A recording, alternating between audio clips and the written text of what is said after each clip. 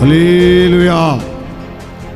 నేను ఈ ఫిబ్రవరి మాసం కోసం చేసినప్పుడు పరిశుద్ధాత్ముడు నా మనసులో పెట్టిన ఒక అమూల్యమైన శుభవాగ్దానాన్ని మీతో పంచుకుంటాను.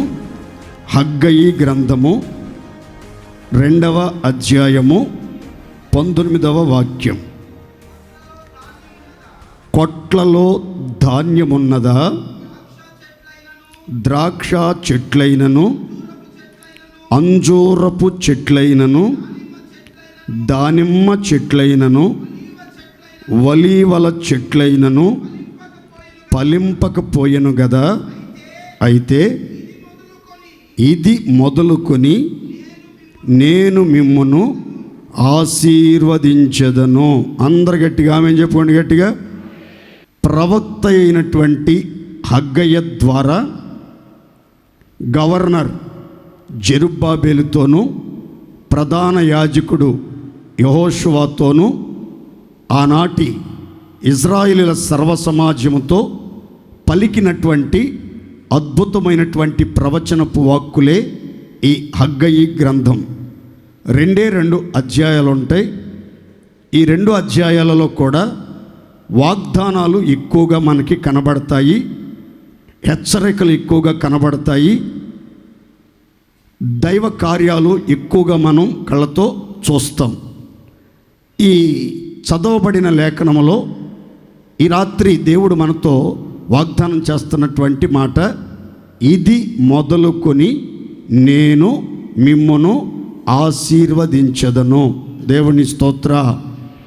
ఫిబ్రవరి నెల 1వ తేదీ మొదలుకొని దేవుడు మిమ్ములను మీ పిల్లలను ఆశీర్వదించునుగాక, మీ పనులన్నిటినీ ఆశీర్వదించునుగాక, మీరు చేయు ప్రయత్నములన్నింటినీ ఆశీర్వదించునుగాక, మీ గర్భఫలమును ఆశీర్వదించునుగాక, మీరు వెలుపలికి వెళ్ళినప్పుడు ఆశీర్వదించబడుదురుగాక, లోపలికి వచ్చినప్పుడు ఆశీర్వదింపబడుదురుగాక. సంపూర్ణమైన దైవాశీర్వాదం ఇంటిలోనేమి, పొలములోనేమి, ఉద్యోగంలోనేమి, వ్యాపారములోనేమి, వృత్తి పనులలోనేమి, చేతి పనులలోనేమి, పిల్లల యొక్క చదువుల రంగంలోనేమి, అన్ని చోట్ల దేవుని ఆశీర్వాదం నిలిచి ఉండునుగాక. ఇక్కడ రాయబడిన చక్కని మాట చూడండి. ఇది మొదలుకొని నేను మిమ్మల్ని ఆశీర్వదిస్తాను. చాలాసార్లు ఈ వాగ్దానం, ఇలాంటి వాక్యాలు విన్నప్పుడు మనకెంతో సంతోషం, ఉత్సాహం, ఉల్లాసం కలుగుతుంది. నిజమే కాబోలు, ఇది మొదలుకొని ఇక మీదట దేవుడు నన్ను ఆశీర్వదించబోతున్నాడు, నా కుటుంబాన్ని ఆశీర్వదించబోతున్నాడు, నేను పాదం పెట్టిన చోటంతటిని ఆశీర్వదించబోతున్నాడు, సంపూర్ణమైన దేవుని ఆశీర్వాదాన్ని నేను సొంతం చేసుకోబోతున్నాను, అన్ని విషయాలలో అత్యధికముగా నా దేవుడు నన్ను ఆశీర్వదిస్తానని అభయమిస్తున్నాడు అని ఆనందం మనలో కలుగుతుంది. అయితే బైబిల్ చెప్తున్న మాట, ఇది మొదలుకుని అంటే ఒక వ్యక్తిని కానీ, ఒక కుటుంబ వ్యవస్థను కానీ, ఒక సంఘాన్ని కానీ, ఒక పట్టణాన్ని కానీ, ఒక రాష్ట్రాన్ని కానీ, ఒక దేశాన్ని కానీ దేవుడు ఆశీర్వదించాలి అని అంటే దానికి ఒక మొదలనేది ఒకటి ఉంది. ప్రతిదానికి సమయం, సందర్భం అనేది ఒకటి ఉంది. ఏ సమయంలో ఎవరిని దేవుడు ఆశీర్వదించాలో, ఏ రీతిగా ఆశీర్వదించాలో దేవునికి తెలుసు. ఆయా సమయాలలో, సందర్భాలలో తన చిత్తానుసారంగా ప్రతి వారికి దేవుడు సిద్ధపరిచిన ఆశీర్వాదాలు, దాచిపెట్టిన ఆశీర్వాదాలను అనుగ్రహించి నవజీవన మార్గాల్లో నడిపిస్తాడు. ఒక దైవజనుడుగా దేవుని వాక్యాన్ని ప్రేమించి దేవుని మాటను పూర్తి స్థాయిలో విశ్వసించే సేవకుడిగా చెప్తున్నాను. ఫిబ్రవరి నెల 1వ తేదీ నుంచి మీలో ప్రతి ఒక్కరూ ఈ హోసన్నా ప్రార్థనా మందిరం భీమవరం సెంటర్లో ప్రతి ఒక్కరిని ప్రతి కుటుంబాన్ని, ప్రతి వ్యక్తిని దేవుడు నిండుగా నిజముగా ఆశీర్వదించునుగాక. లైవ్ ద్వారా ఈ కార్యక్రమాన్ని వీక్షిస్తున్న ప్రతి వ్యక్తిని, ప్రతి కుటుంబాన్ని, ప్రతి ప్రాంతాన్ని నా దేవుడు ఇది మొదలుకొని ఆశీర్వదించునుగాక. దేవుడు ఎప్పుడు మన జీవితాల్లో అడుగుపెట్టి చెప్పినట్లుగా మనల్ని ఆశీర్వదించడం ఆరంభిస్తాడు అని అంటే 18వ వాక్యంలో ఈ రీతిగా రాయబడింది. 18వ వాక్యం 2:18, మీరు ఆలోచించుకొనుడి, ఇంతకు ముందుగా 9వ నెల 24వ దినము నుండి అనగా యెహోవా మందిరపు పునాది వేసిన నాట నుండి మీకు సంభవించిన దానిని ఆలోచించుకొనుడి. ఇక్కడ ఒక మాట రాయబడింది చూడండి. యెహోవా మందిరపు పునాది వేసిన నాట నుండి మీకు సంభవించిన దానిని, మీ జీవితాలలో జరుగుతున్న కార్యాలన్నింటినీ, దేవుని చిత్తమంతటిని తలంచి స్మరించి ఆలోచించండి. ఒక్కసారి మనసు పెట్టండి. మందిరం పునాది వేసిన నాట నుండి మీ వ్యక్తిగత జీవితంలో కానీ, మీ కుటుంబ వ్యవస్థలో కానీ, సంఘములో కానీ జరిగిన సంగతులన్నీ ఆలోచించండి. పునాది వేసిన ఆ రోజు నుంచి కూడా మీ జీవితంలో నేను మిమ్మల్ని ఆశీర్వదించాలని ఆరాటపడుతున్నాను. అయినా మీ జీవితంలో ఇలాంటి కార్యాలు ఉన్నాయా అని కొన్ని ప్రశ్నలు అక్కడ మనం గమనిస్తాం. ఏంటి? కొట్లలో ధాన్యం ఉన్నదా? కొట్లు అంటే హృదయము. ఆ హృదయంలో ధాన్యం ఉందా అంటే జీవాహారము, జీవవాక్యం కొట్లలో నిండుగా ఉందా లేదా అని చెప్తూ అక్కడ కొన్ని మాటలు రాయబడ్డాయండి. ఏమనంటే ద్రాక్ష చెట్లైనను, అంజూరపు చెట్లైనను, దానిమ్మ చెట్లైనను, ఒలీవల చెట్లైనను ఫలింపకపోయెను. చూడండి, ఇక్కడ మందిరం పునాది వెయ్యక మునుపు, మందిరం పునాది వేసిన తర్వాత దినముల్లో కూడా ద్రాక్ష చెట్లు ఫలించలేదట, ఒలీవల చెట్లు ఫలించలేదట, అంజూరపు చెట్లు ఫలించలేదట, దానిమ్మ చెట్లు ఫలించలేదు. ఈ 4 చెట్లు మనకు నేర్పించే పాఠాలేంటి? విశ్వాస యాత్రలో ఆత్మ సంబంధమైన మార్గాల్లో నడిపించబడుతున్న మనం ఆ సత్యాలను తెలుసుకోవాలి. మీరు ఇంటికి వెళ్ళిన తర్వాత న్యాయాధిపతుల గ్రంథం 9వ అధ్యాయం చదివితే అక్కడ ఈ చెట్ల యొక్క వివరాలు, విశేషాలు చాలా స్పష్టంగా మనకి కనబడతాయి. నేను ఆ మాటలు క్లుప్తంగా చెప్తాను, చూడండి. ద్రాక్ష చెట్లు ఫలించకపోయెను గదా. ద్రాక్ష చెట్లు దేనికి సాదృశ్యం, దేనికి సూచన అని అంటే బైబిల్ అంటుంది, దేవునిని మానవులను సంతోషపరిచే ద్రాక్ష చెట్లు లేదా ద్రాక్ష రసము నేను ఇయ్యక మాని చెట్ల మీద రాజునై ఉండి ఇటు అటు ఊగుటకు నేను వచ్చేదనా. ఇక్కడ చెట్లకు ఎలక్షన్ జరిగింది. మనకు కూడా ఏప్రిల్ నెలలో ఎలక్షన్లు జరగబోతున్నాయి.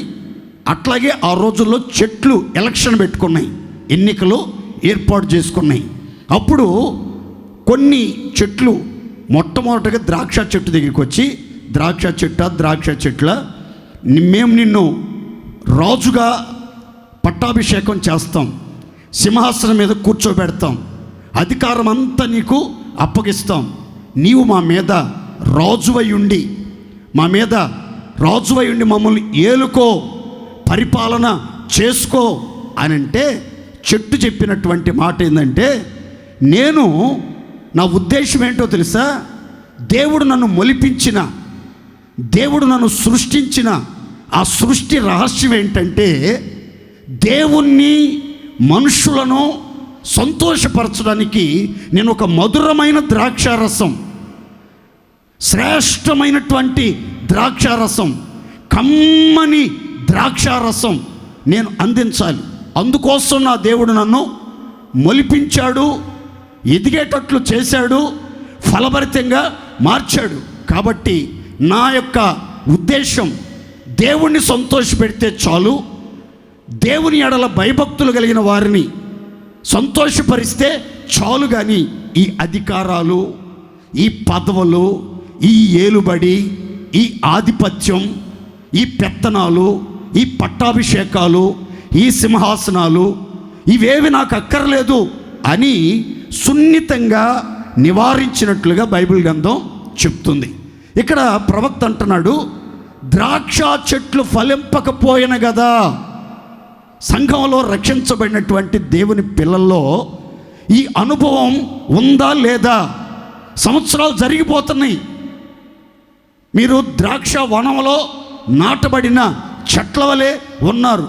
మీకు నీరు కట్టబడుతుంది, కంచి వేయబడింది, ఎరువేయబడుతుంది, మీకు పోషణ చేయబడుతుంది, మీ చుట్టూ ఉన్న రాళ్ళన్నీ ఏరి పారవేయబడుతున్నాయి. రాత్రి మగళ్ళు మిమ్మల్ని కాపాడుతూ పెంచి పోషిస్తా ఫలాల కోసం ఎదురు చూస్తూ ఉంటే మీరు కారు ద్రాక్షలు ఫలిస్తున్నారా? శ్రేష్టమైన దేవుణ్ణి సంతోషపరిచే ద్రాక్షారసం, మనుషులను సంతోషపరిచే ద్రాక్షారసం ఫలిస్తున్నారా లేదా? చాలామంది అంటారు, దేవుణ్ణి నేను సంతోషపరుస్తున్నానండి అని. ఒక వ్యక్తి నిజంగా దేవుణ్ణి సంతోషపరిచే వ్యక్తి అయితే అతడు ఏ ఒక్కరికి అభ్యంతరంగా ఉండడు, ఏ ఒక్కరికి దుఃఖాన్ని కలిగించడు, ఏ ఒక్కరి జీవితంలో కన్నీళ్లకు కారణంగా మార్చబడ్డండి.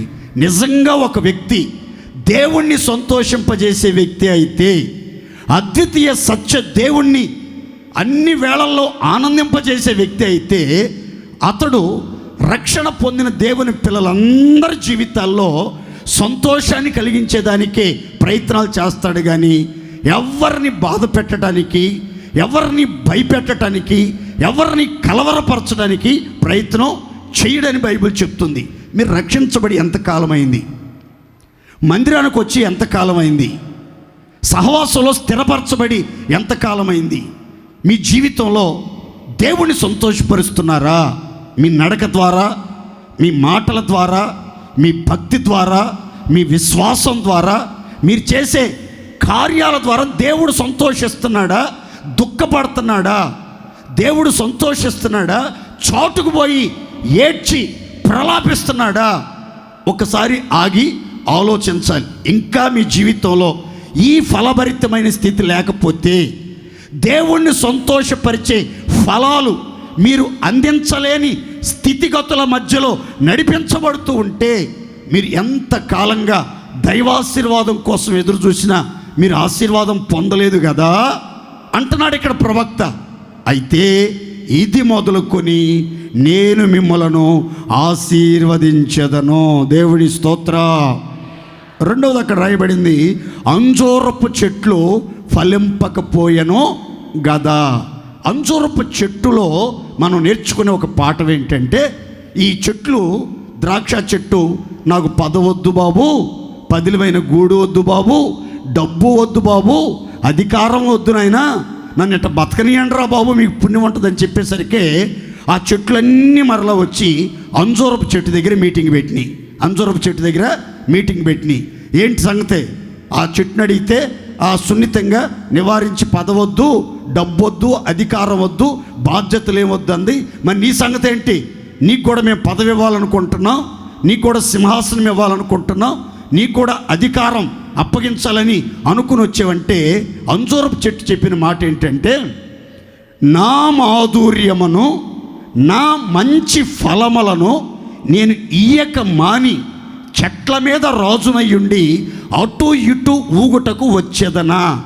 అంజూరపు చెట్టు చెప్పిన చక్కని మాట నాకు చాలా నచ్చింది. ఏంటి ఆ చెట్టు చెప్పిన మాట అంటే, నేను నా మాధుర్యాన్ని, మాధుర్యము అంటే తీయని అనుభూతులను, మధురమైన అనుభూతులను నేను ఇయ్యాలి. మరి ముఖ్యంగా మంచి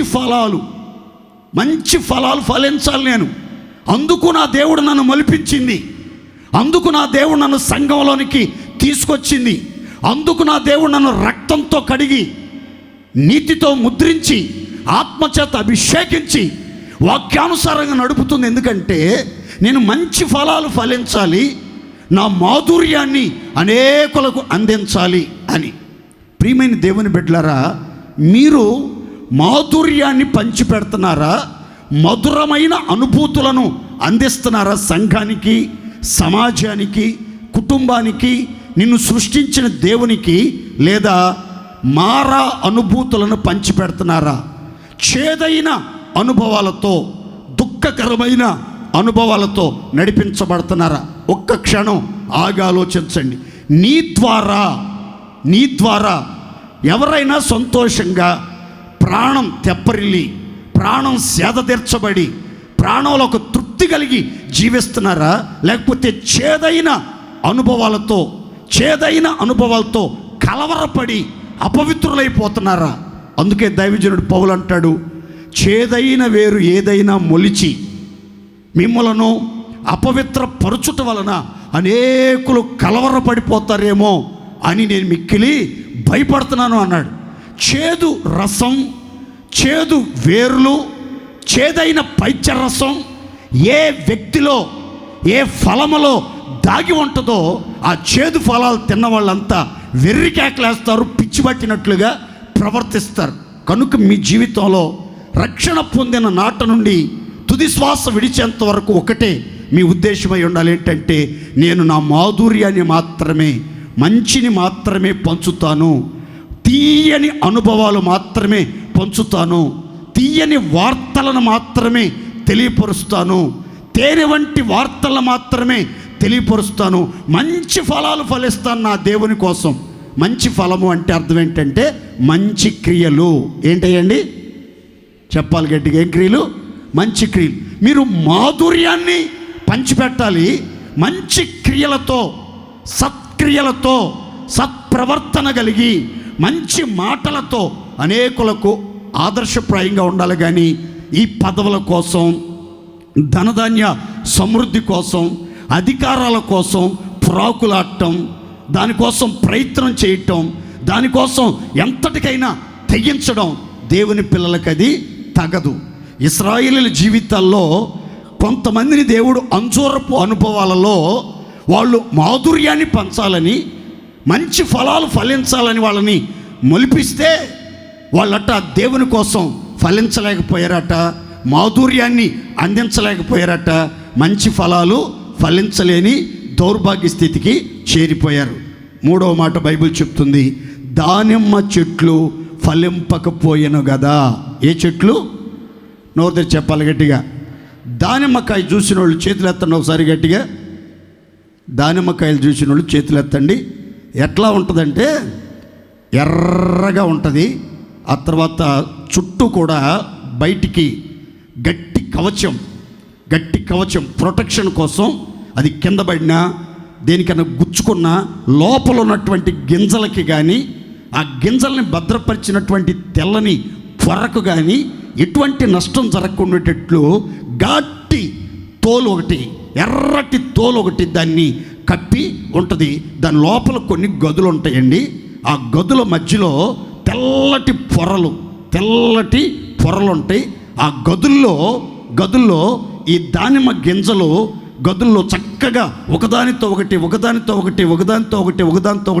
అతుక్కొని ఉంటాయి. ఆ గింజల్ని మనం ఒలిసి తింటే కమ్మని రసం దాంట్లో నుంచి వస్తుందండి. ఈ దానిమ్మ చెట్లు మనకు నేర్పించే పాఠం ఏంటి అని అంటే ఐక్యత, పవిత్రతతో కూడిన ఐక్యత. ఈ తెల్లని పొర పవిత్రతకు గుర్తయితే ఒకదానితో ఒకటి అతుక్కొని ఉండటం, ఏ గదిలో ఉండాల్సిన గింజలు ఆ గదిలోనే ఉండటం, ఏ స్థితిలో పిలువబడ్డామో ఆ స్థితిలోనే మనం సంతోషంగా జీవించడం అనేది ఈ దానిమ్మ గింజలు, ఈ దానిమ్మ చెట్లు మనకు నేర్పించే చక్కని పాఠం. పరమగీతంలో షూలమ్మితిని గురించి ఒక చక్కని మాట రాయబడింది. ఏమనంటే, నా ప్రాణేశ్వరి, నా ప్రియురాల, నీ ముసుగుగుండా నీ కణతలు విచ్చిన దాడిమ ఫలము వలె కనబడుచున్నవి. ఇక్కడ దాడిమ ఫలము అంటే దానిమ్మ ఫలము అంటే, విచ్చిన దానిమ్మ ఫలం అంటే తెరవబడిన మనసు, విశాలమైనటువంటి మనసు, పరిపక్వత చెందినటువంటి మనసు, నిర్మలమైనటువంటి మనసు, విశాలమైనటువంటి మనసు కలిగి నీవు చాలా తేటగా కనబడుతున్నావని ప్రభు మెచ్చుకున్నట్లుగా మనం లేఖనంలో గమనిస్తాం. ఈరోజు సంఘాల్లో దేవుని బిడ్డలుగా మనమంతా పవిత్రమైన ఐక్యతను కోరుకుంటున్నామా? ఏక మనసుతో, ఏక భావముతో, సమాధాన బంధముతో పరిచర్యని ముందుకు నడిపించడానికి మనం ప్రయత్నం చేస్తున్నామా? మంచి కార్యాలు చేసే వాళ్ళతో ఏకీభవించి ఐక్యపడి పరిచర్య దీవించబడాలని మనం సంతోషంతో ప్రయాసపడుతున్నామా? లేకపోతే ఐక్యతకు భిన్నంగా, సహవాసానికి భిన్నంగా, సంఘానికి వ్యతిరేకంగా మనం ప్రవర్తించే గుంపులో ఉన్నామా? ఇశ్రాయేలులో చాలామంది ఈ దానిమ్మ గింజలు ఏ రీతిగా ఫలించలేదో చెట్లు, ఆ రీతిగా ఫలించని స్థితిలో ఐక్యత లేదు. ప్రధాన యాజకుడితో ఐక్యత లేదు, గవర్నర్తో ఐక్యత లేదు, నాయకులతో ఐక్యత లేదు, బ్రదర్లతో ఐక్యత లేదు, విశ్వాసులతో ఐక్యత లేదు. ఎవరు ఇష్టానుసారంగా వాళ్ళు ప్రవర్తిస్తా వచ్చారట. అయితే దేవుడు అంటున్నాడు, మందిరం పునాదేశం కదా, ఇక మీదట మీ జీవితంలో నేను మిమ్మలను ఆశీర్వదిస్తాను. దేవుని స్తోత్ర. 4వ మాట, ఒలీవల చెట్లు ఫలింపక పోయెను గదా. ఈ ఒలీవ చెట్లు గురించి ఒక మాట చూడండి. ఒలీవ చెట్ల దగ్గరికి వచ్చి, చెట్లారా, ద్రాక్ష చెట్లు పదవిస్తామంటే వద్దన్నాయి, అంజూరపు చెట్లు పదవిస్తామంటే వద్దన్నాయి, దానిమ్మ చెట్లు పదవిస్తామంటే వద్దన్నాయి. మరి మీరైనా ఈ పదవిని కట్టబెట్టుకుని అధికారాన్ని సద్వినియోగపరుచుకుని అందరికీ తీర్పు తీరుస్తూ ప్రయోజనకరంగా ఉంటారా అని అంటే, ఈ ఒలీవ చెట్టు చెప్పిన మాట ఏంటంటే, దేవునిని నరులను దేనితో సన్మానించుదురో ఆ నా తైలమును ఇయ్యక మాని చెట్ల మీద రాజునై ఉండి అటు ఇటు ఊగుటకు నేను వచ్చేదనా. ఈ ఒలీవ చెట్లు నేర్పించే పాఠం ఏంటంటే, దేవుణ్ణి సంతోషపరిచే తైలం, సన్మానించే తైలం, యెహోవా యందు భయభక్తులు కలిగిన వారిని సన్మానించే ఒక తైలం. అవి ప్రొడ్యూస్ చేస్తూ ఉంటాయి, ఉత్పత్తి చేస్తూ ఉంటాయి, దానికి సంబంధించిన ఫలాలు ఫలిస్తూ ఉంటాయి. ఈ ఆలివ్ చెట్లు చాలా విస్తారంగా ఫలిస్తాయండి. ఆ చెట్ల నుంచి తీసే, ఆ గింజల నుంచి తీసే ఆ తైలంతో ప్రత్యక్షపు గుడారంలో దీపాలు వెలిగిస్తారు. దీపాలు వెలిగించి చీకటిని పారద్రోలుతారు. ఈ తైలముతోనే గాయాలు కడతారు. రోగులకు ఈ తైలం రాసి ప్రార్థన చేస్తే రోగులు స్వస్థత పొందుతారు. బలహీనులు ఈ తైలాన్ని వంటల్లో వాడుకుంటే చాలా ఆరోగ్య ప్రయోజనాలు పొందుతారు. కనుక దీని అన్నిటికంటే ముఖ్యంగా యాజకులను అభిషేకించాలన్నా, రాజులను అభిషేకించాలన్నా, ప్రవక్తలను అభిషేకించాలన్నా, ఈ ప్రవక్తలు ఏం చేస్తారంటే ఆ తైలపు కొమ్ముని తైలంతో నింపుతారు.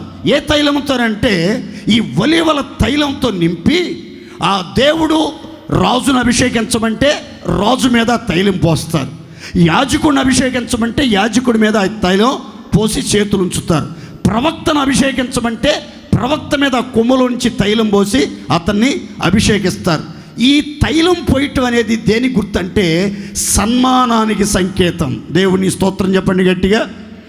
దేనికి సంకేతం? సన్మానానికి సంకేతం. మనకి తెలిసింది ఏంటంటే, షాల్వా కప్పితే సన్మానం, బొకేలు ఇస్తే సన్మానం, కౌగిలించుకుంటే సన్మానం, పూలమాల ఎత్తే సన్మానం, టపాసులు పేలిస్తే సన్మానం. కానీ బైబిల్ అంటుంది, ఇదిగో ఒలీవ చెట్టు చెప్తుంది, దేవుణ్ణి మానవులను నరులందరూ దేనితో సన్మానిస్తున్నారో ఆ తైలం ఇవ్వకుండా నేను మానుకోలేను బాబు. నా తృప్తి, నాకు సంతోషం ఏంటంటే నేను బతికినంత కాలం, నేను జీవించినంత కాలం, నాకు మరణం పెద్దగా లేదనుకుంటా, నేను ఎక్కువ కాలమే బ్రతుకుతాను అనుకుంటా, నేను బ్రతికినంత కాలం దేవుణ్ణి సన్మానిస్తూ దేవుణ్ణి గణపరుస్తూ, దేవుని పిల్లల్ని గణపరుస్తూ, దేవుని పిల్లల్ని సన్మానిస్తూ, ఎవరిని అవమానపరచకుండా బ్రతుకుతాను. అది చాలయ్యా, నాకు పదవులేమీ వద్దు సంఘంలో, పెద్దరికాలేమీ వద్దు నాకు సంఘంలో అని చెప్పినట్లుగా లేఖనంలో గమనిస్తాం. దేవుని స్తోత్రం చెప్పండి గట్టిగా.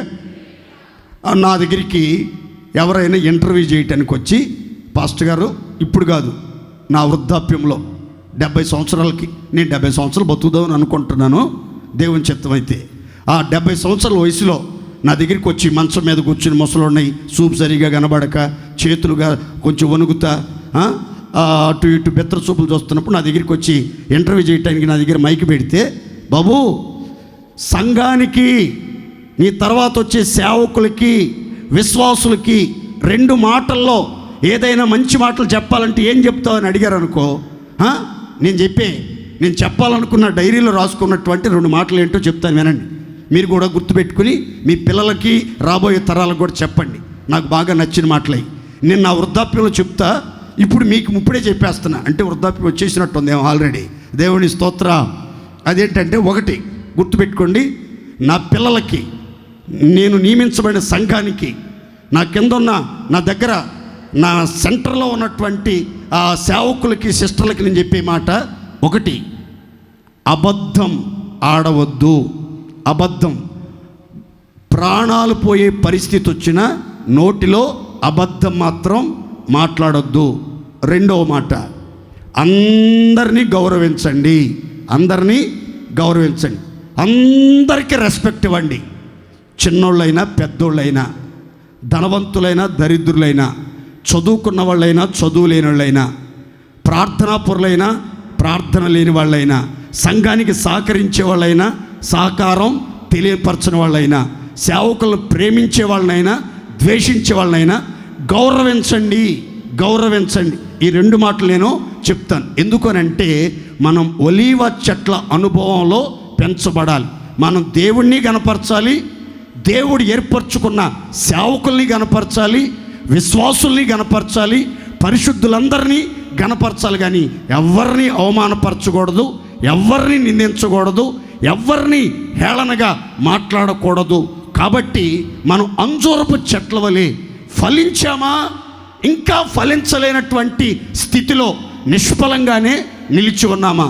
ప్రవక్త అంటున్నాడు, అయ్యో ఒలీవల చెట్లు ఇంకా ఫలించలేదు, ఒలీవల చెట్లు ఫలించలేదు. అయితే ఇది మొదలుకొని నేను మిమ్మల్ని ఆశీర్వదిస్తాను గనక ద్రాక్ష చెట్లు ఫలిస్తాయి, అంజూరపు చెట్లు ఫలిస్తాయి, దానిమ్మ చెట్లు ఫలిస్తాయి, ఒలీవల చెట్లు ఫలిస్తాయి. ఇలాంటి ఫలభరితమైన అనుభవాలలో మీరు, మీ కుటుంబాలు, సహవాసంలో నిలిచి ఉన్న ప్రతి ఒక్కరూ అత్యధికంగా ఆశీర్వదించబడుదురుగాక. గట్టిగా చెప్పండి హల్లెలూయా. కొంతమంది అనుకుంటూ ఉంటారు, ఆశీర్వాదం ఆశీర్వాదం అని పాస్టర్ గారు అరిసి చెప్తున్నాడు. ఏది ఒక్కటైనా కనబడదే, ఒక్కటైనా రాదే అని చాలామంది అనుకుంటారు. దేవుడు మమ్మల్ని మర్చిపోయాడండి, మమ్మల్ని విడిచిపెట్టేసాడండి, దేవుని జ్ఞాపకాల్లో అసలు మేము లేవండి అని. కానీ కీర్తనకారుడు అంటున్నాడు, యెహోవా మమ్మును మర్చిపోలేదు, యెహోవా మమ్మును ఆశీర్వదించి ఉన్నాడు. చప్పట్లు కొట్టి దేవుడు మహిమపరుద్దాం గట్టిగా. ఈ ఫిబ్రవరి నెలలో సకల ఆశీర్వచనములకు కారణభూతుడైన సర్వశక్తిమంతుడైన దేవుడు మనలో ఏ ఒక్కరిని మర్చిపోకుండా అందరినీ ఆశీర్వదించి కుటుంబాల్లో ఊరేగించబడుతున్న శాపమంతా కొట్టివేసి గొప్ప ఆశీర్వాదాలతో నింపి నడిపించునుగాక. గుర్తుపెట్టుకోండి, ఇది మొదలుకొని నేను మిమ్మును ఆశీర్వదించెదను. చెప్తారా గట్టిగా ఒకసారి?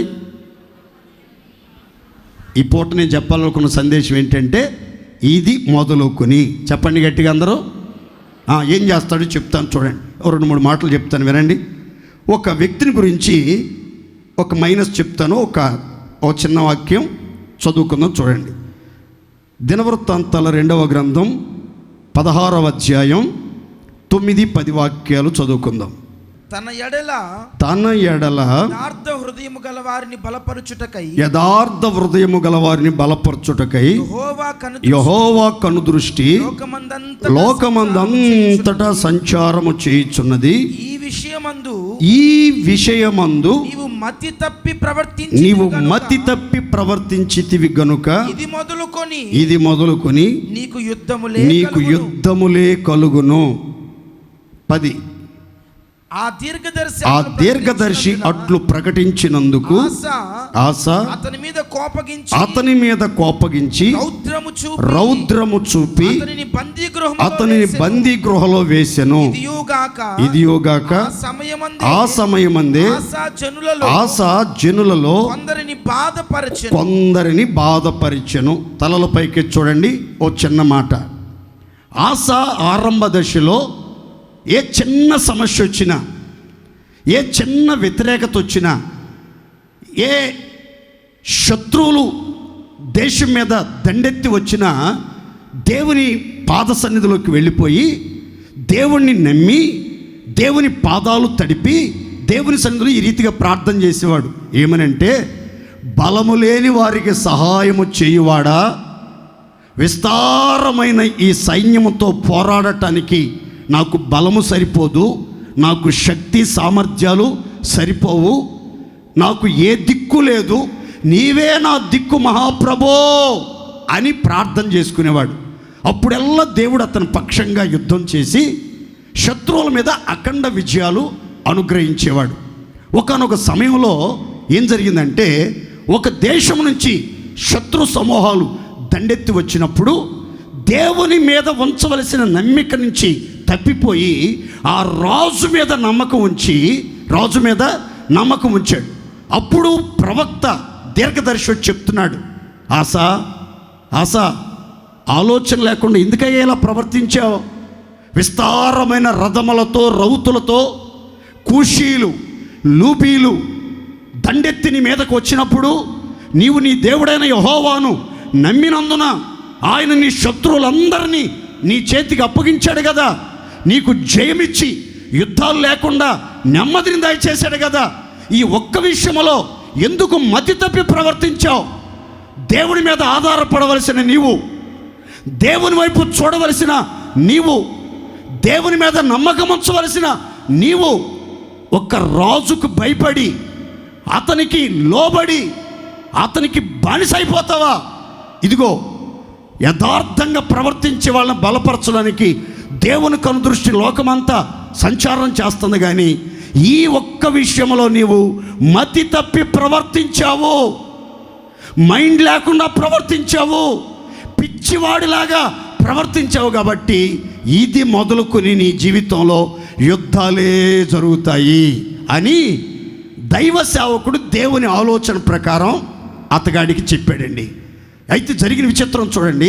ఎప్పుడైతే ఈ మాట చెప్పాడో సేవకుడు, వెంటనేనట ఆస ఆ దీర్ఘదర్శి మీద ప్రవక్త మీద కోపగించి రౌద్రుడై కళ్ళన్నీ ఎర్రజేసి పళ్ళు పటపట కొరుకుతా రౌద్రంతో అతని మీద ఊగిపోయి అతను తీసుకెళ్ళి అతను బంధించి ఒక బందీ గృహలో పడేశాడట. అదే సమయంలో కొంతమంది జనులు రాజుగారి పక్షంగా ఈ ప్రవక్త పక్షంగా మాట్లాడటానికి వస్తే వాళ్ళందరూ కూడా బహుగా బాధ పెట్టాడు. ఆ తర్వాత పాదాల్లో జబ్బు పుట్టి బహుగా బాధపడ్డాడంటండి 2 సంవత్సరాలు. కానీ దేవుని యొద్ద విచారణ చేయకుండానే ఆ రోగంతోనే చనిపోయినట్లుగా బైబిల్ గ్రంథం చెప్తుంది. ప్రియమైన దేవుని బిడ్డలారా, మీరు దేవుని పిల్లలు, దేవుణ్ణి ఆశ్రయించాలి. ఏ సమస్య వచ్చినా, ఏ చింత కలిగినా, ఏ బాధ కలిగినా, ఎంతమంది మిమ్మల్ని బాధ పెట్టినా, ఎంతమంది మీ మీద దాడి చేసినా మీరు దేవుణ్ణి ఆశ్రయించాలి, దేవుని మీదే నమ్మకం ఉంచాలి. దేవుడే నా దిక్కు, దేవుడే నాకు సహాయుడు అని నువ్వు చెప్పాలి. కానీ మనుషులను ఆశ్రయించడం, మానవ బలం మీద ఆధారపడటం దేవుని పిల్లలు చేయకూడదు. ఇలా చేస్తే మాత్రం దేవుణ్ణి అగౌరవపరిచినట్లు, దేవుని శక్తిని ఎరగని వారిగా మనం ప్రవర్తించినట్లు అప్పుడు మన జీవితాల్లో యుద్ధాలు జరుగుతాయి అని బైబిల్ గ్రంథం చెప్తుంది. కనుక మీ కుటుంబాల్లో ఇది మొదలుకొని యుద్ధాలు లేకుండా, పోరాటాలు లేకుండా, అలజడులు లేకుండా, గొడవలు లేకుండా నెమ్మదిగా, సమాధానంగా, సంతోషంగా బ్రతకాలని కోరుకుంటే మీ జీవితాంతం దేవుని మీద నమ్మకం ఉంచండి, దేవుణ్ణి ఆశ్రయించండి. దేవా నీవే నా దిక్కయ్యా అని చెప్పండి. బలము లేని వారికి సహాయం చేసే దేవుడు నీవే నా తండ్రి, బలహీనుడైన నన్ను జ్ఞాపకం చేసుకోమని దేవుని పాదాల మీద కన్నీరు కార్చి వేడుకోండి. ప్రతి సమస్యను చక్కగా పరిష్కరించి గొప్ప జయముతో, సమాధానముతో మిమ్మల్ని అందరినీ నా దేవుడు నడిపించునుగాక. రెండో మాట చెప్తాను, గమనించండి. మొదట మనల్ని ఆశీర్వదిస్తాడు, రెండవది ఏం చేస్తాడో ఓ చక్కని మాట చెప్తాను, చదువుకుందాం. చూడండి, కీర్తనల గ్రంథం 121వ కీర్తన 8వ శరణం. ఇది మొదలుకొని నిరంతరము నీ రాకపోకల యందు యెహోవా నిన్ను కాపాడునుగాక. చప్పట్లు కొట్టి దేవుడు మహింపరుద్దాం గట్టిగా, సంతోషంగా. ఈ కీర్తన మీరు ఇంటికి వెళ్ళిన తర్వాత మరలా చదవండి. 121వ కీర్తనని మనసు పెట్టి కొంచెం భారంగా, చాలా ఆసక్తితో, శ్రద్ధగా చదవండి. చాలా చక్కని మాటలు రాయబడి ఉంటాయి. ఇక్కడ కీర్తనలో రాయబడినటువంటి చక్కని మాట, ఇది మొదలుకొని నీ రాకపోకల యందు నీ దేవుడైన యెహోవా నిన్ను కాపాడుతాడు. రాకపోకలంటే అర్థం ఏంటంటే, నీవు బయటికి వెళ్ళేటప్పుడు దేవుడు నిన్ను కాపాడుతాడు, నీవు లోపలికి వచ్చేటప్పుడు, నీ ఇంటికి వచ్చేటప్పుడు దేవుడు నిన్ను కాపాడుతాడు అని దీని అర్థం. మీ జీవితంలో మీరు ఆఫీస్కి వెళ్ళేటప్పుడైనా, ఉద్యోగ స్థలానికి వెళ్ళేటప్పుడైనా, వ్యాపారానికి బయలుదేరేటప్పుడైనా, కాలేజీకి బయలుదేరేటప్పుడైనా, మీ పిల్లల్ని స్కూల్కి బయలుదేరజేసేటప్పుడైనా, మీరు మీ చేతి పనుల నిమిత్తం బయటికి వేరే ప్రాంతాలకి, వేరే గ్రామాలకి వెళ్ళేటప్పుడైనా, బైకుల మీద వెళ్తున్నా, ఆటోలో వెళ్తున్నా, బస్సులో వెళ్తున్నా, ట్రైన్లో వెళ్తున్నా, ఫ్లైట్లో వెళ్తున్నా, బైక్ మీద ప్రయాణం చేస్తున్నా, ఎట్లా లేదా కాలినడకన ప్రయాణం చేస్తున్నా, మీరు ప్రతిరోజు మీరు బయటికి వెళ్ళేటప్పుడు మీ ప్రయాణం ప్రారంభించేటప్పుడు సుఖ ప్రయాణం, శుభ ప్రయాణం, సురక్షితమైన ప్రయాణం మీకు కలగాలి అంటే మీరేం చేయాలి అని అంటే, బైబిల్ అంటుంది, భూమి ఆకాశములను సృజించిన యెహోవా వలన నాకు సహాయము కలుగునుగాక. అయ్యా, నేను కలవరపడి కొండల తట్టు నా కన్నులు ఎత్తుటలేదు, నాకు సహాయం చేయగలిగిన దేవుడవు, ఆకాశమందు అత్యున్నతమైన సింహాసనమందు ఆసీనుడవై చూచుచున్న దేవుడవు నీవే నా రాకపోకల్లో తోడుగా ఉండండి, నా మార్గమంతట్లో తోడుగా ఉండండి, నా మార్గాలన్నీ సరళం చేయండి, నాకు ముందుగా నడిచి మెట్టగా ఉన్న స్థలములన్నీ సరళం చెయ్యండి, ఏ తెగులు నన్ను సమీపించకూడదు, ఏ అపాయము నా యొద్దకు రాకూడదు, నా పాదములకు రాయి తగలకుండా నన్ను తప్పించగలిగిన దేవుడివి, కాపాడగలిగిన దేవుడివి నీవు అని ప్రతిరోజు మీరు బయటికి ఎన్నిసార్లు వెళ్తున్నా సరే అన్నిసార్లు ప్రార్థన చేసుకునే బయలుదేరాలి. వచ్చిన తర్వాత కూడా మరల మీరు ప్రార్థన చేసుకోవాలి. దేవా, నా ప్రయాణంలో తోడుగొన్నావు, నేను వెళ్ళిన కార్యాన్ని సఫలపరిచావు, ఆలోచన చెప్పి ఆశీర్వదించావు, మీకు స్తోత్రమని ప్రతిరోజు ప్రయాణమై వెళ్ళేటప్పుడు ప్రార్థన చేసుకోవాలి. నా ప్రయాణంలో తోడుగుండండి, మార్గంలో తోడుగుండండి, ఎలాంటి ఇబ్బంది కలగకుండా, ఎలాంటి అపాయము రాకుండా నన్ను తప్పించమని ప్రార్థన చేసుకోవాలి. వచ్చిన తర్వాత కూడా గివింగ్ థ్యాంక్స్, దేవునికి కృతజ్ఞతగా, ప్రభువా నన్ను కాపాడావు. ఎంతోమంది వాళ్ళు దారి మార్గాలు బయట ఎడమ చేతి పక్కన క్రమంగా వెళ్తూ ఉంటారు నడుచుకుంటా, సడన్గా బైకోడు వచ్చి వీళ్ళని గుద్దేస్తాడు, సడన్గా వీళ్ళు ముందుకు పడి తల ఆ రోడ్డు కొట్టుకుని పగిలిపోవటం, లేదా సడన్గా ఆటో వాడు వచ్చి గుద్దటం, సడన్గా లారీ వాడు వచ్చి గుద్దటం. ఏంటి వీళ్ళ మార్గాల్లో వీళ్ళు వెళ్తున్నారు కదా, ఎలా జరిగిందంటే పాపం వాళ్ళు తప్పేమీ లేదండి. వాళ్ళు చక్కగా లెఫ్ట్ సైడ్లో చాలా వాటర్లో వెళ్తున్నారు.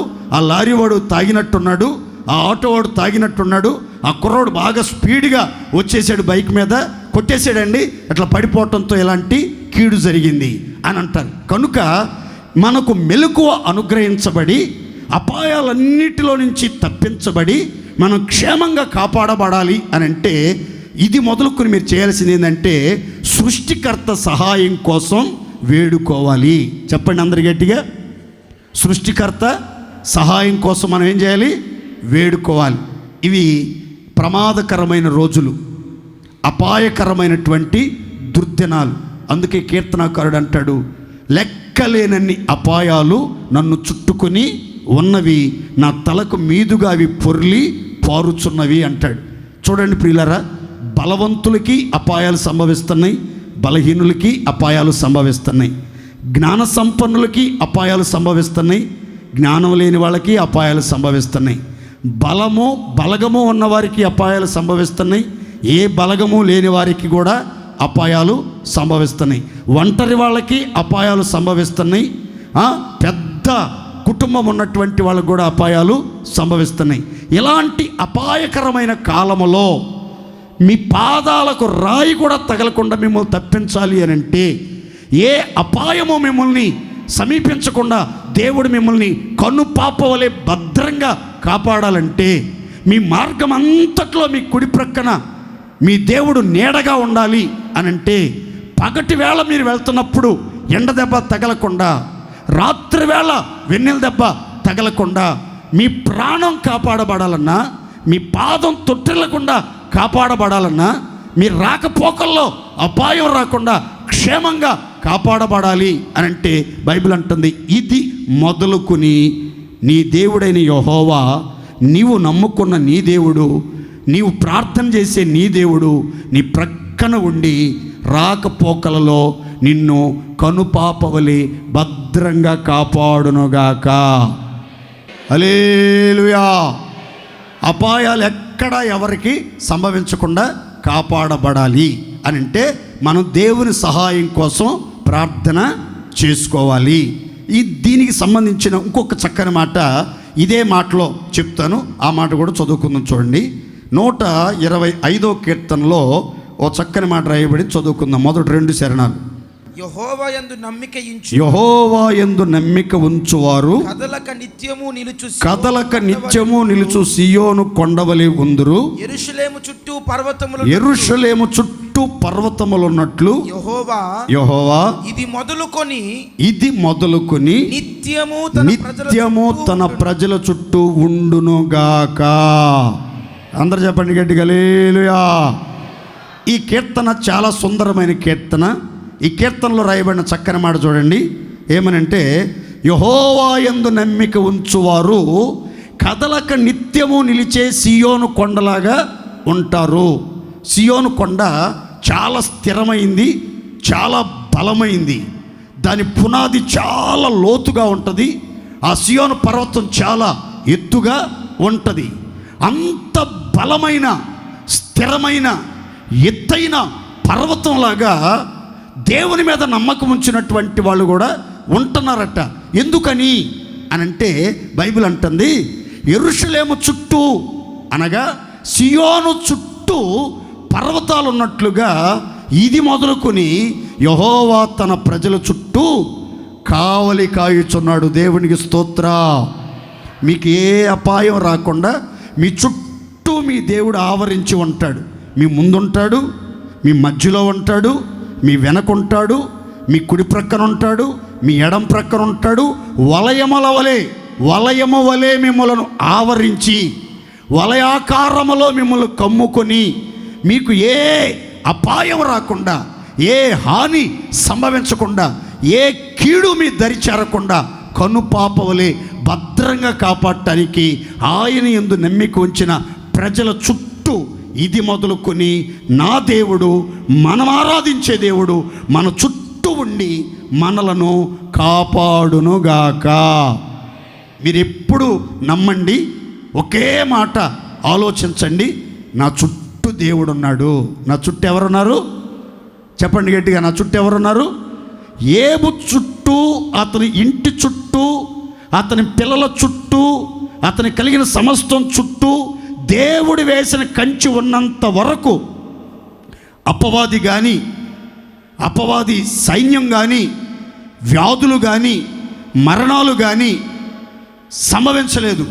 ఎటువంటి ఘనహీనత సంభవించలేదు. కనుక దేవుడు మన చుట్టూ, దేవుడే స్వయంగా ఉంటే, కంచి వేయటం కాదు, అగ్ని ప్రాకారాలు స్థాపించడం కాదు, మన చుట్టూ దేవదూతల్ని ఉంచడం కాదు, స్వయం సంభూతుడు, సర్వభౌమాధికారం కలిగిన దేవుడు, సకల జగత్తును ఎరిగిన సర్వ సృష్టికర్త మన చుట్టూ ఉన్నప్పుడు ఆయన మనల్ని భద్రంగా కనుపాపవలే కాపాడుతాడు. దేవుని స్తోత్ర. ఆయన చెప్పిన మరొక మాట మీరు గుర్తుపెట్టుకుంటారని మీతో చెప్తున్నాను. చూడండి, ప్రభు చెప్పిన మాట ఏంటంటే, మిమ్మలను ముట్టినవాడు నా కనుగుడ్డు ముట్టినవాడు. చెప్పండి గట్టిగా. ఎవరైనా మనల్ని ముట్టాలంటేనట మొదట దేవుడి కంటిలో ఏలు పెట్టి పొడవాలట, ఆ తర్వాతే మన దగ్గరికి రావాలట. మన దేవుడు దహించు అగ్ని. ఆయన కంట్లో ఎవరైనా ఏలు పెట్టడానికి సాహసం చేస్తే మాడి మసైపోతారంతే, ఇక బూడిది కూడా మిగలదు. అలాగే ఆయన పిల్లలమైనటువంటి మనల్ని ఎవ్వడు ఎప్పుడు ముట్టలేడు, ఏ హాని చేయలేడు. ఎందుకంటే దేవుడు మన చుట్టూ ఉన్నాడు. దేవుని స్తోత్ర. ఈ నెలలో మీరు ప్రార్థన చేసుకోండి. ఇది మొదలుకొని దేవుడు మిమ్మల్ని, మీ పిల్లల్ని, మీ కుటుంబాలని, మీ కష్టార్జితాన్ని, మీ కలిగిన సమస్తాన్ని ఆశీర్వదించునుగాక. ఇది మొదలుకొని నిరంతరం మీ రాకపోకల యందు మిమ్మలను కాపాడునుగాక.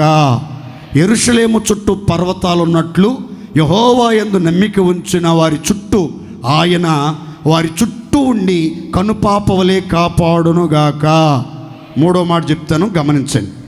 అందరూ చూడండి, యెషయా గ్రంథం 9వ అధ్యాయం 7వ వాక్యం చదువుకుందామండి. ఇది మొదలుకొని మితి లేకుండా దానికి వృద్ధియు క్షేమమును కలుగునట్లు సర్వకాలము. చాలు చివరి మాట, సైన్యములకు అధిపతియగు యెహోవా ఆసక్తి కలిగి దీనిని నెరవేర్చునుగాక. ఇది మొదలుకొని మీకు, మీ కుటుంబానికి, మన సంఘానికి దేవుడు మితి లేకుండా, అవధులు లేకుండా, పరిమితి లేనటువంటి అభివృద్ధిని, పరిమితి లేనటువంటి క్షేమాన్ని కలుగజేయటానికట సైన్యములకు అధిపతియగు యెహోవా, సర్వశక్తిమంతుడైన దేవాది దేవుడట ఆసక్తి కలిగి ఈ కార్యములను నెరవేర్చునుగాక. విశ్వసించిన వాళ్ళంతా చేతులెత్తి ఆమేన్ చెప్పుకోండి. ఆమేన్. నేను నమ్ముతున్నాను, ఒక దైవజనుడిగా దేవుడే స్వయంగా మీ ఎడల ఆసక్తి కలిగి మీ కుటుంబాలను అన్ని విషయాలలో అభివృద్ధి చెయ్యునుగాక. మీ కుటుంబాలకు, మీకు కలిగిన సమస్తానికి మీకు క్షేమము కలుగజేయునుగాక. గట్టిగా చెప్పండి ఆమేన్. మీరు నమ్మండి. మీకు చక్కని మాట చెప్తాను చూడండి. మీరు ఎక్కడైతే ఎంతవరకు బాధపడతా వచ్చారో, బాధ అనుభవిస్తూ వచ్చారో, స్వజనుల వల్ల కానీ, ఇరుగు పొరుగు వారి వల్ల కానీ, విరోధుల వల్ల కానీ బాధ అనుభవిస్తూ వచ్చారో, అదే చోట దేవుడు మిమ్మల్ని ఈ మాసంలో వృద్ధిపరచబోతున్నాడు. దేవుని స్తోత్రం కలుగునుగాక. ఆ వృద్ధి లిమిట్ అనేది లేదండి, దానికి ఇక మితి అనేది లేదు. ఒక గ్లాస్ ఉంది, ఆ గ్లాసు నింపబట్టం అనేది ఒక లిమిట్ అది. కానీ అది పొంగి పొర్లిపోతున్నా సరే ఇంకా నీళ్ళు పోస్తున్నాము అని అంటే అన్లిమిటెడ్ వాటర్ అని అర్థం. కొన్ని చోట్ల హోటల్స్ దగ్గర బోర్డు పెడతారు, తిన్నంత బిర్యానీ, అన్లిమిటెడ్ బిర్యానీ 150 రూపాయలకే, 250 రూపాయలకే అని బోర్డులు పెడతారు. వాళ్ళు ఎంత తిన్నా సరే వడ్డిస్తూనే ఉంటారు, ఎంత తిన్నా సరే వడ్డిస్తూనే ఉంటారు. ఎందుకంటే బోర్డు పెట్టాడు కనుక. దేవుడు ఈ నెలలో చెప్తున్నాడు, మీ జీవితంలో మీరు కోరుకున్నంత వృద్ధిని, అభివృద్ధిని, ఆశీర్వాదాన్ని, క్షేమాన్ని మీకు కలుగు చేయటానికి దేవుడు ఇది మొదలుకొని ఆసక్తి కలిగి అట్టి కార్యం ప్రారంభించునుగాక. కొందరు జీవితాల్లోనండి ఎంత కష్టపడినా అభివృద్ధి అనేది ఉండదండి. ఎక్కడ వేసిన గొంగలి అక్కడే అన్నట్లుగా, గొర్రె తోక బెత్తిడే అన్నట్లుగా అభివృద్ధి నోచుకోలేరు. అభివృద్ధి కష్టపడుతూ ఉంటారు, డ్యూటీలు చేస్తారు, ఓటీలు చేస్తారు, రాత్రి మగళ్ళు చెమటోర్చి ప్రయాసపడతా ఉంటారు. కానీ అదేం దరిద్రమో కానీ ఆ అప్పులు అట్లాగే ఉంటాయి, ఆ ఇల్లు పాడైపోతూనే ఉంటుంది, ఆ పిల్లలు సరిగ్గా తిండి ఉండదు, పాపం ఎండిపోతూ ఉంటారు, సరైన వస్త్రాలు ఉండవు, సరైన వసతులు ఉండవు, సరిగా వాళ్ళకి భోజనం కూడా పెట్టలేనటువంటి పరిస్థితి. ఎప్పుడు చూసినా అదే దరిద్రం, అదే పేదరికం, అదే స్థితి. ఉన్న స్థితిలోనే ఎన్ని సంవత్సరాలైనా ఉంటారు. కానీ ఈ మాసంలో దేవుడు చెప్తున్నాడు, నీవు ఉన్న స్థితిలో నుంచి ఉన్నత స్థితిలోనికి నా దేవుడు మీలో ఒక్కొక్కరిని హెచ్చించునుగాక. అందరు చెప్పండి గట్టిగా హల్లెలూయా. పతనావస్థలో నుంచి పై స్థాయికి దేవుడు మిమ్మల్ని నడిపించునుగాక. ఏ ఒక్కరూ పతనమైనటువంటి స్థితిలో, అదో పాతాళానికి అణిచివేయబడిన స్థితిలో, అభివృద్ధి లేనటువంటి స్థితిలో, వర్ధిల్లలేనటువంటి స్థితిగతుల మధ్యలో ఇక ఉండటానికి వీల్లేదు. మీ గర్భఫల విషయంలోనైనా, మీ నేల పంట విషయంలోనైనా, మీరు చేయు ప్రయత్నముల విషయంలోనైనా, మీరు చేసే పనులన్నిటి విషయంలో సమృద్ధిగా మేలు కలుగునట్లు నా దేవుడు మీలో ఒక్కొక్కరిని వర్ధిల్లజేయునుగాక. మితి లేకుండా అపరిమితమైన అభివృద్ధి దేవుడు మీకు దయచేస్తాడు. అపరిమితమైన క్షేమాన్ని మీకు కలుగు చేస్తాడు. మీకు ఎందుకు చెప్తున్నాను ఈ మాటలనంటే, మీరు ప్రతి ఒక్కరూ ప్రార్థన చేసుకోవాలి. దేవుడు చెప్పిన మాట, దేవా ఆసక్తి కలిగి నీవు కార్యం త్వరగా జరిగించండి. మా జీవితంలో ఎంతో కాలంగా ఎదురు చూచిన ఆ స్థితిని మేము పొందుకోలేకపోతున్నాం, ఆ ఉన్నత స్థాయికి ఎదగలేకపోతున్నాం. ఉద్యోగంలో ప్రమోషన్ రావాల్సిన లిస్టులో నేనే ఉన్నా, కానీ నా కింద నా తర్వాత వాళ్ళు ప్రమోషన్లోకి వచ్చేస్తున్నారు. నా శాలరీ అట్లాగే ఉంది, ఏం పెరగలేదు. నా వ్యాపారం అట్లాగే ఉంది, ఏం అభివృద్ధి లేదు. వ్యాపారం పెడదామా తీసేద్దామా అన్న ఆలోచనలో ఉన్నాను, చెరువు వేద్దామా ఆపేద్దామా అన్న ఆలోచనలో ఉన్నాను, పని చెయ్యాలా వద్దా అన్న ఆలోచనలో బతుకుతున్నాను అని చాలామంది బాధపడుతూ ఉంటారు. ఈరోజు మీరు ప్రార్థన చేసుకోండి. మీరు వెల్డింగ్ పని చేస్తున్నా, ఆటోలే నడుపుతున్నా, లారీలే నడుపుతున్నా, లేకపోతే వృత్తి పనులే కలిగి ఉన్నా, చేతి పనులే కలిగి ఉన్నా, వ్యాపారాలే చేస్తున్నా, చిరు ఉద్యోగాల్లో మీరు నిలిచి ఉన్నా, వాటన్నిట్లో దేవుడు మీకు ఒక ఊహించని అభివృద్ధిని దేవుడు దయచేయునుగాక. ఆమేన్. తర్వాత మితిలేని క్షేమం అంటే దీన్ని అర్థం ఏంటంటే క్షేమాభివృద్ధి. మొదట మీ స్థితి కొద్దిగా ఉండిన తుదన మీరు మహాభివృద్ధిలోనికి వచ్చేటట్లుగా మీ క్షేమాన్ని దేవుడు విస్తరింపజేస్తాడు. అందుకే కీర్తనాకారుడు అంటాడు, యెహోవా నా ప్రాణమునకు క్షేమమును విస్తరింపజేసి ఉన్నాడు. మీ ప్రాణానికి క్షేమం ఉందా? మీ ప్రాణానికి నెమ్మది ఉందా? మీ ప్రాణములో ఆరోగ్యం ఉందా? మీ ప్రాణములో ధైర్యం ఉందా?